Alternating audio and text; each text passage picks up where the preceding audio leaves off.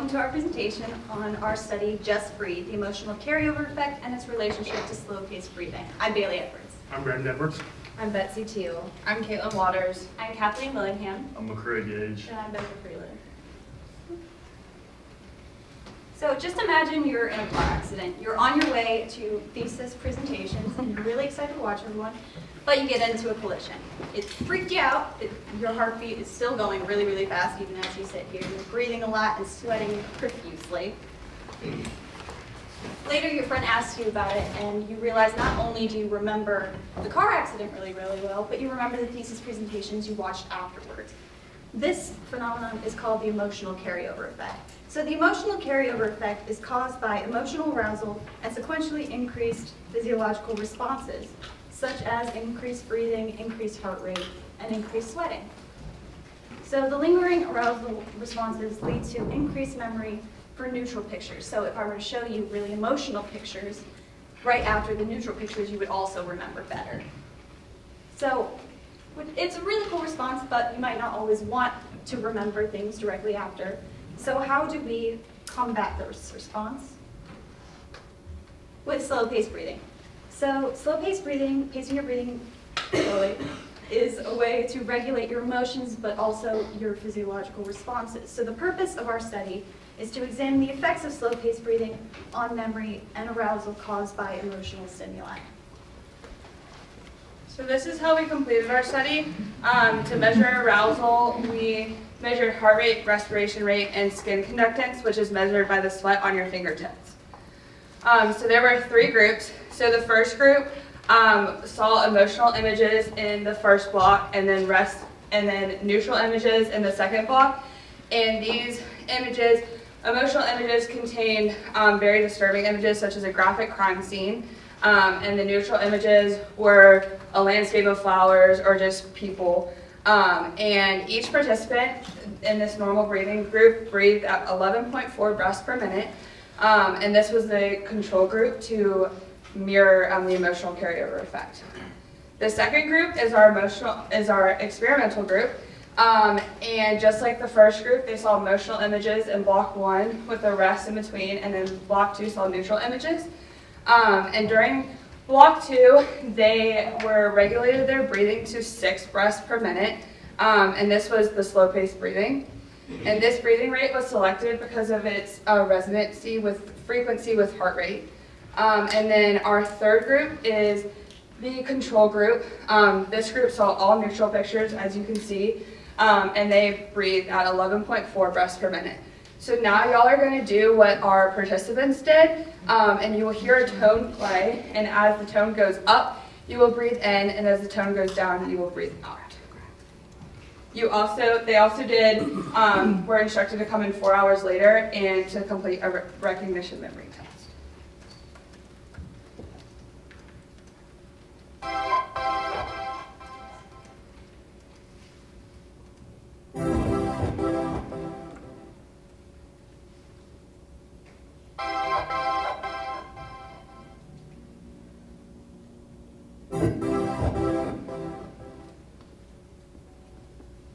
So you just completed the breathing task. As the participants were doing this, they were also looking at neutral pictures in the second block. So for our hypotheses, we hypothesized that the first group during block 2, the heart rate, skin conductance, and memory will remain high during the neutral images. And then also we hypothesized that during the slow-paced breathing, it would negate this effect, leading to a decrease in heart rate, skin conductance, and memory. So in total, we had 92 participants, 46 males and 46 females. And they were randomly assigned to their groups, but our groups were also balanced, which means they did not differ in age, years of education, sex, race, ethnicity, depression scores, or anxiety scores. For our exclusion criteria, we did not test any participants who practiced yoga and or meditation on a regular basis, as they may have more control over their breathing than others. Any active smokers, as their respiration may differ from those who do not smoke. Individuals diagnosed with a psychiatric and or neurological disorder, as that alone may impact emotional memory. And then anyone who could not see the pictures clearly. As for respiration, 81% of our participants breathed as instructed. And while our data analysis included all of the participants, regardless of whether they breathed as instructed, as we continue to examine this data set, we will look at the participants that did not breathe as instructed. And lastly, for our arousal ratings, as expected, our participants rated their arousal as higher during the emotional pictures than their arousal during the neutral pictures. So we found no significant effects or differences in heart rate across either groups or blocks. However, analysis is ongoing, and the plan is to examine how heart rate changes in response to individual pictures rather than across the entire block. This graph shows skin conductance, or sweat, and how it changes from baseline for each block. Blocks are shown on the x-axis here, and the change in conductance is shown on the y-axis. As you can see, we found that people showed less change in conductance during block 2, regardless of the group they were in. There were lots of possible reasons for this, ranging from short-term changes in conductance being drowned out in the average of the longer block, to the possibility that people were fatigued. However, the most interesting possibility is that paced breathing at any speed can decrease arousal. To test this, future groups could use additional breathing speeds. However, like with heart rate, future groups will also look to see if conductance changes in response to individual pictures.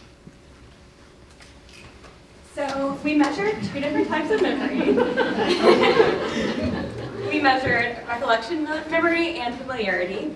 Recollection is a type of memory you have when you can remember specific details from certain events. So for example, I remember the car that hit me was pink because I thought that was an unusual color for a car. These are the results we found for recollection memory.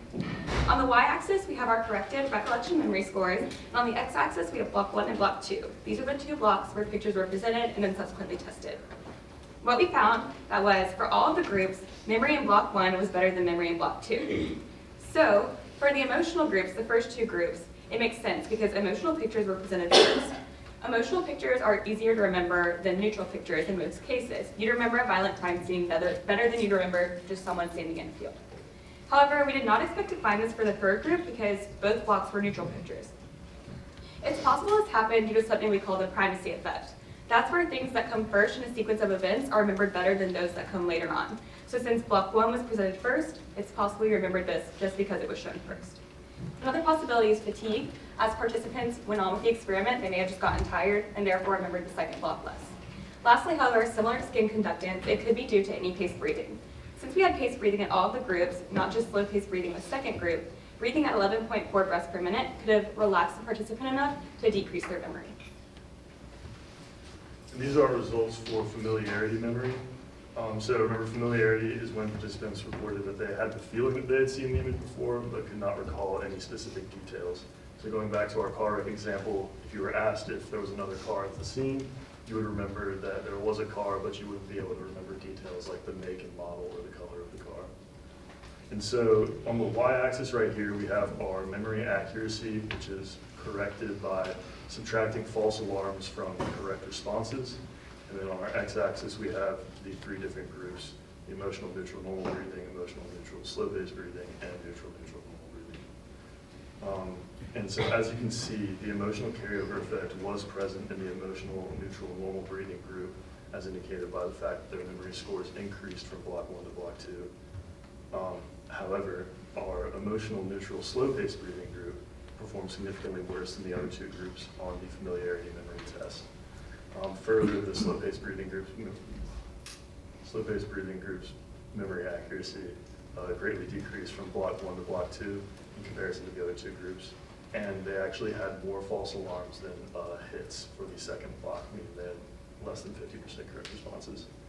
And so these results support the notion that slow paced breathing abolishes the emotional carryover effect, and this is likely due to the slow paced breathing's effect on reducing physiological arousal, which is a crucial component of the emotional carryover effect.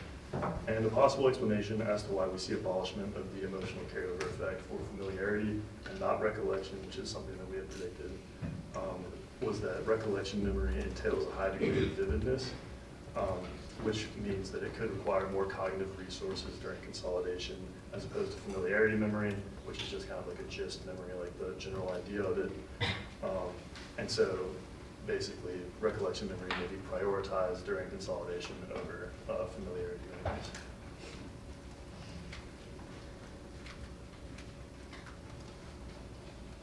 Okay, so across all measures, slow-paced reading did reduce the emotional carryover effect, and skin conductance and recollection memory reduced the emotional carryover effect for all paced reading. This suggests that breathing at both paces had an effect, and we found this because, going back to the car accident problem, if you show up to your presentation and you are still freaking out, but you start to regulate your breathing, that will not only calm you down, but you'll remember the presentation less vividly. And this adds to the literature saying that relaxation can reduce memory. For familiarity, the reduced carryover effect was specific to just slow-paced breathing. And this could either be because of the reduced arousal response or the increased cognitive effort while trying to breathe slowly. This summer, a group will come in to examine these results further, and they will also look at each picture individually while also looking at heart rate variability, and we'll look at the differences for people who struggled to breathe while also listening to the tone. And lastly, we would like to thank Sean Chabra, Sarah Griffin, Izzy Dougal, Allie Keels, Allie Bartlett, Lily Rees, Dr. Steinmetz, and our participants. And we appreciate you all listening to our presentation.